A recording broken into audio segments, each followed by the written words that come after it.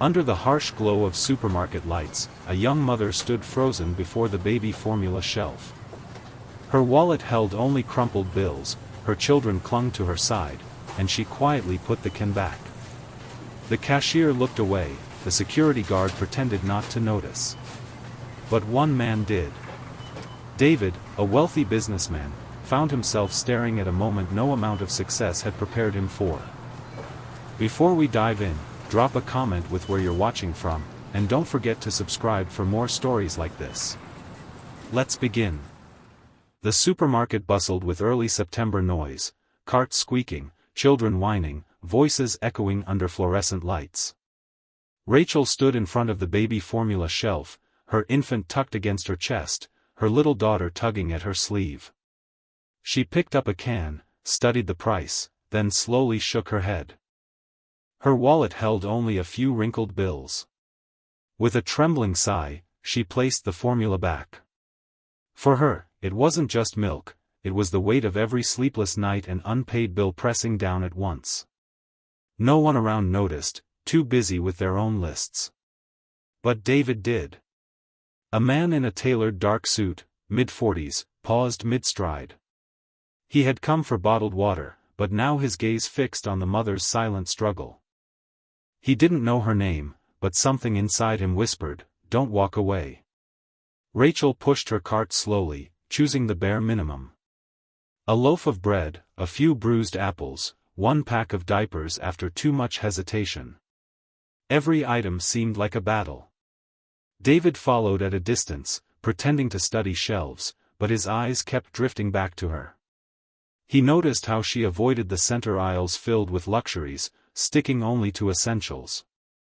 At the checkout, her face flushed as she counted her crumpled bills twice. The cashier gave a tired look, already used to customers scraping by. Rachel forced a weak smile, trying to hide the fear in her eyes. Her daughter clutched the edge of her sweater, whispering, "Mommy, can we go home?" Rachel nodded, even as her eyes flickered one last time toward the baby formula shelf. That silent glance pierced David more than words ever could. She left with too little in her bag, shoulders hunched against the world. The September air outside carried a faint chill, the kind that hinted autumn was coming. Rachel balanced the grocery bag on one hip, her infant nestled in the other arm, her daughter trailing close behind. The bag was so light it almost mocked her. David stepped out a moment later, watching her from across the lot. He hesitated. What right did he have to interfere? He was a stranger. But then he saw Rachel pause by her old, dented car, struggling to buckle the baby's seat while her daughter tugged at her sleeve for attention. Something inside him moved. Crossing the pavement, he spoke gently, "Excuse me, ma'am." Rachel turned quickly, wary, her guard rising. "I don't need anything," she said firmly, clutching her bag tighter. David raised his hands, voice calm. "I saw you in the store. I think I can help." Rachel's eyes narrowed, suspicion flashing. She had learned the hard way that kindness from strangers often came with strings.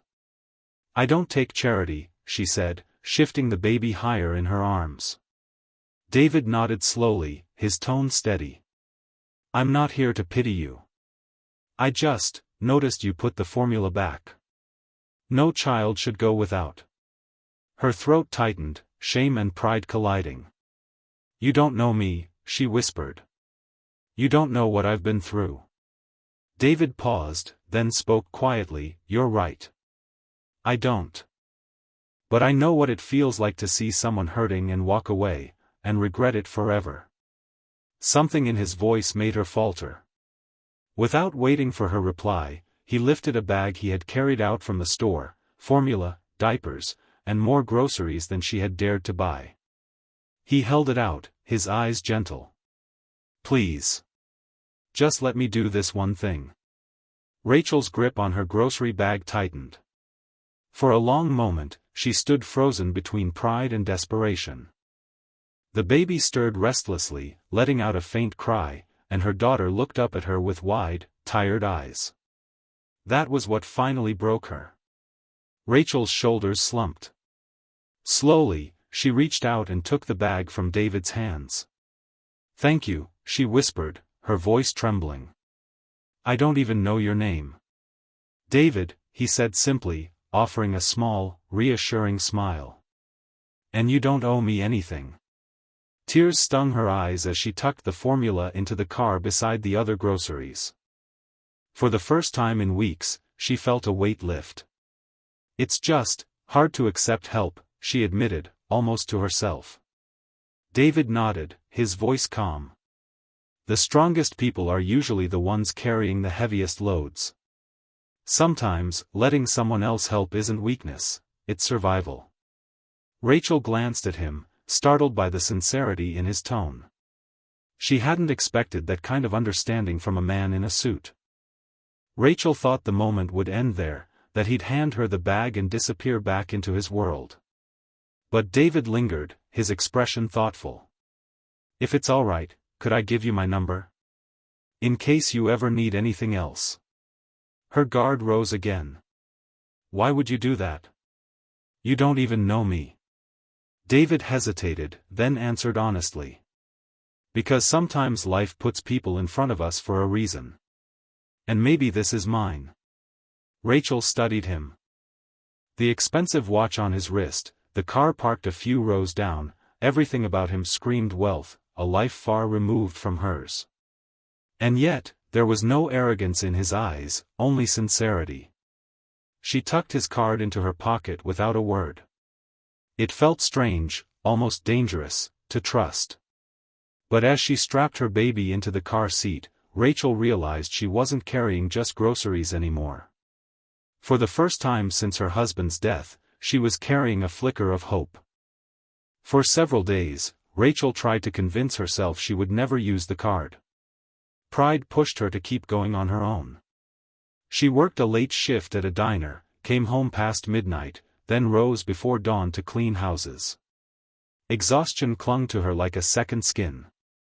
One night, as she folded laundry by the glow of a weak lamp, her daughter asked softly, "Mommy, will the nice man come back?" Rachel froze, the card still tucked inside her purse. She wanted to say no, wanted to prove she could manage alone. But her daughter's innocent hope made her chest ache. The next morning, fate made the choice for her. The landlord slid an envelope under her door, a rent increase she could never afford. Rachel sat at the table staring at it, her baby fussing in her lap. For the first time, she reached for David's card. Her hands trembled as she dialed. "Hello?" His steady voice came through. Rachel's reply was barely a whisper. "It's me. I think I need help." David didn't hesitate when he heard Rachel's trembling voice. "Stay where you are. I'll come by." Less than an hour later, his black sedan pulled up in front of her worn apartment building. Rachel felt exposed as she opened the door, baby on her hip, her daughter peeking shyly from behind her legs. David stepped inside carefully, as if entering sacred ground. The place was tidy but bare, second-hand furniture, peeling paint, a fridge that hummed louder than it should. He set the rent notice on the table and studied it quietly. "This isn't right," he said. "You shouldn't have to fight this hard just to survive." Rachel's cheeks flushed. "I don't want a handout." "You won't get one," David replied firmly. "What you need is stability. A job that pays fairly, childcare you can count on, and a landlord who respects you. I can help with all of that." Rachel's throat tightened. "Why me? Why are you doing this?" David met her eyes. "Because I've spent years chasing money. And for the first time, I'd rather chase meaning."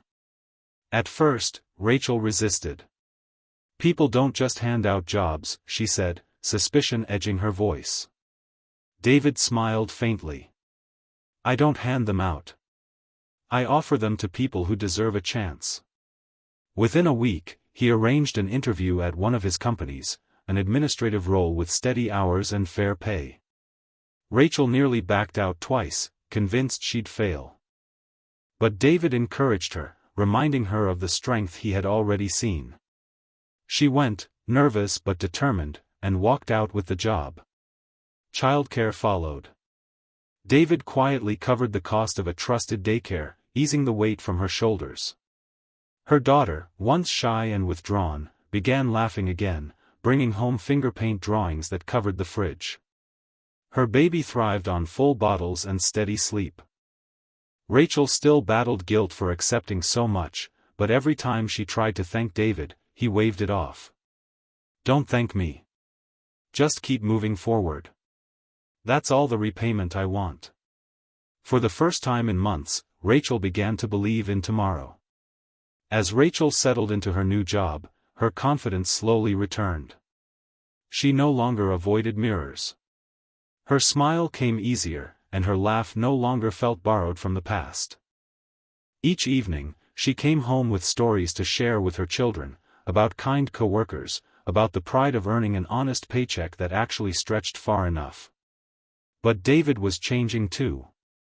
For years, his life had been a blur of meetings, profit margins, and late nights in glass towers. Yet now, he found himself driving across town just to bring Rachel's daughter a box of crayons or to rock the baby so Rachel could rest. The wealth he once guarded so fiercely seemed hollow compared to the sound of children's laughter echoing through a modest apartment. One evening, as the sun dipped behind the skyline, David stood on Rachel's porch, watching her gently rock her baby to sleep. Her daughter sat at his side, coloring.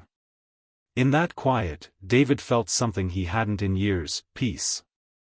He realized his greatest wealth wasn't in boardrooms or bank accounts, it was here, in the lives touched by kindness. Thanks for watching. Like and subscribe for more stories that stay with you.